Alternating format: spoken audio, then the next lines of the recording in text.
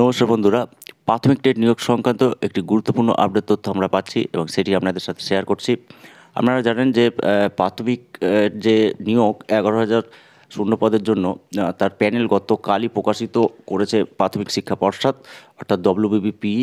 এবং আজকেই কিন্তু একটি খুব খারাপ খবর আমরা পাচ্ছি এবং সেটি হচ্ছে যে এই নিয়োগের যে প্যানেল প্রকাশিত হয়েছে সেটাকে কিন্তু চ্যালেঞ্জ করে একটি মামলা দায়ের করা হয়েছে এবং মামলাটি দায়ের করেছেন যারা বিএড এবং ডিএলএড উভয় যাদের যোগ্যতা আছে তারাই। আমরা বিস্তারিতভাবে অবশ্যই জানবো, আপনারা চ্যানেলটিকে সাবস্ক্রাইব করে দিন এবং চলুন আমরা জেনে নিই ঠিক কী আপডেট এই মুহূর্তে এই নিয়োগ সংক্রান্ত প্যানেল থেকে আমরা পাচ্ছি।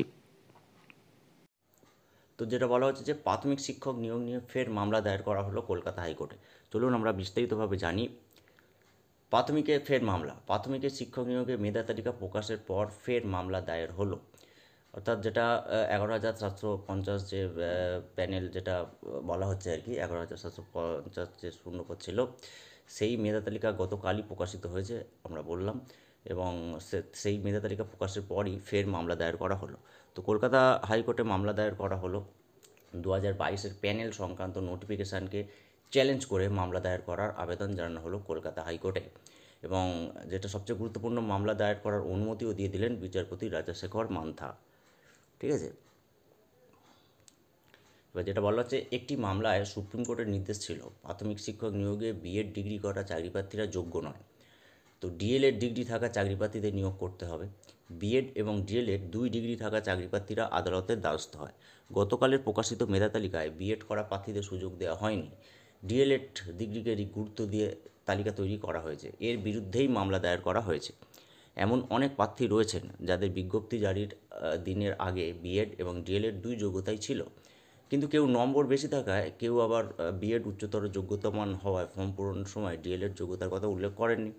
এই রকম চাকরিপ্রার্থীরা বিচারপতি রাজাশেখর মান্থার এজলাসে মামলা করে জানিয়েছেন যে বিজ্ঞপ্তি জারির সময় বিষয়টি জানা থাকলে তাদেরও নাম প্যানেলে থাকতো। শুক্রবার এই মামলার শুনানির খুব সম্ভাবনা। তো যেটা বলা হচ্ছে যে 9,500 পদে নিয়োগের সিদ্ধান্তকে চ্যালেঞ্জ করেই মামলার অনুমতি চাওয়া হয়েছে। বৃহস্পতিবার সুমন্ত কোলে সহ 10 জন চাকরিপ্রার্থী উচ্চ আদালতে আবেদন করেন। এর অনুমতি দিয়েছেন বিচারপতি রাজাশেখর মান্থা। শুক্রবার শুনানির সম্ভাবনা রয়েছে।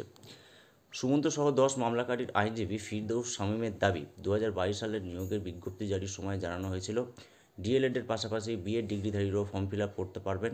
সুমন্ত সহ 10 জন বিএড এবং ডিএলএড উভয় ডিগ্রিই রয়েছে, কিন্তু তাদের বিএডে প্রাপ্ত নম্বর বেশি হয়, সেই নম্বর ব্যবহার করে ফর্ম ফিল আপ তারা করেছিলেন, সেই কারণেই প্যানেলে তাদের নাম নেই।